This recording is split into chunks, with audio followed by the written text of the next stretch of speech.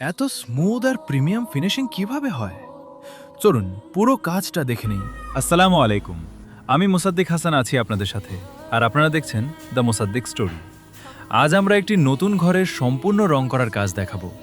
প্রথমে ওয়াল প্রস্তুত করা, তারপর সিলার, পুটি, ঘষা মাজা এবং সবশেষে প্রিমিয়াম লাক্সারি সিল্ক পেইন্টের অসাধারণ ফিনিশিং। শেষ পর্যন্ত সঙ্গে থাকুন, দেখুন কিভাবে একটি সাধারণ দেয়াল একদম নতুন ও প্রিমিয়াম লুকে রূপ নেয়।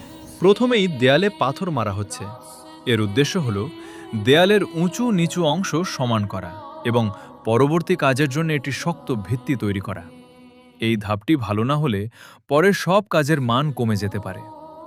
এখন দেয়ালে সিলার লাগানো হচ্ছে। সিলার দেয়ালে ধুলো আটকায়, রঙের গ্রিপ বাড়ায় এবং রঙকে দীর্ঘদিন সুন্দর রাখতে সাহায্য করে। সিলার শুকিয়ে গেলে সিরিজ কাগজ দিয়ে পুরো দেয়াল ভালোভাবে ঘষে নেওয়া হয়। এতে দেয়াল আরও মসৃণ হয়ে যায় এবং ছোটখাটো অসমান অংশ দূর হয়। এবার দেয়ালে পুটিং করা হচ্ছে। পুটিংয়ের মাধ্যমে গর্ত, দাগ এবং ছোটখাটো ত্রুটি ঢেকে দেয়ালকে একদম সমান ও স্মুথ করা হয়। পুটিং শুকানোর পর আবার স্যান্ডপেপার দিয়ে ঘষে একেবারে মসৃণ ফিনিশ তৈরি করা হয়। এরপর আবার একটি কোট সিলার দেওয়া হচ্ছে। এতে পুটিং ভালোভাবে সিল হয় এবং ফিনিশিং আরও উন্নত হয়।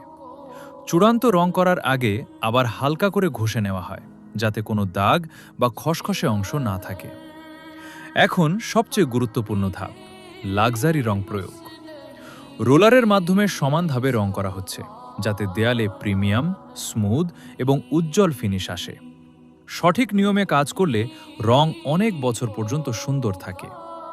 এই ছিল একটি নতুন ঘরের শুরু থেকে শেষ পর্যন্ত সম্পূর্ণ পেইন্টিং প্রসেস। ভিডিওটি ভালো লাগলে অবশ্যই লাইক, কমেন্ট ও শেয়ার করবেন।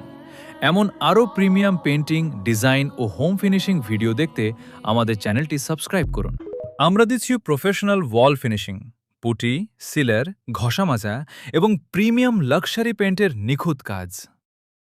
পরিষ্কার পরিচ্ছন্ন কাজ, সময় মতো ডেলিভারি এবং এমন ফিনিশিং যা আপনার ঘরকে দেবে একদম নতুন ও বিলাসবহুল লুক।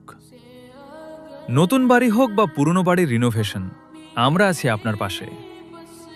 আজই যোগাযোগ করুন এবং আপনার ঘরকে দিন প্রিমিয়াম লুক। এখনই কল করুন বা ইনবক্স করুন। আল্লাহ হাফেজ।